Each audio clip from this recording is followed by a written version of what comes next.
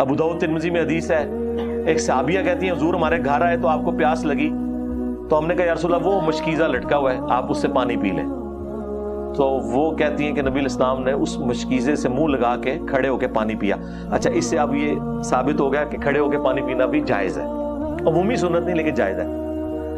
और मशकीज़े से मुंह लगा के पिया, क्योंकि मशकीज़े का मुंह बंधा हुआ होता है, टूटी से आप मुंह लगा के नहीं पी सकते, उसमें कोई कीड़ा वगैरह आ सकता है, जरा ये ज़हन में रखिएगा, वो मामला बिल्कुल डिफरेंट है।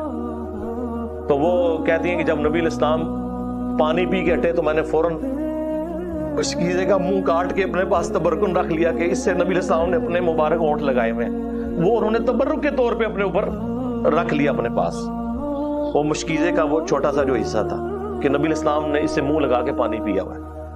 सहाबा किराम हुजूर के तबरुकात का इतना एहतराम किया करते थे, इतना प्रोटोकॉल दिया करते थे।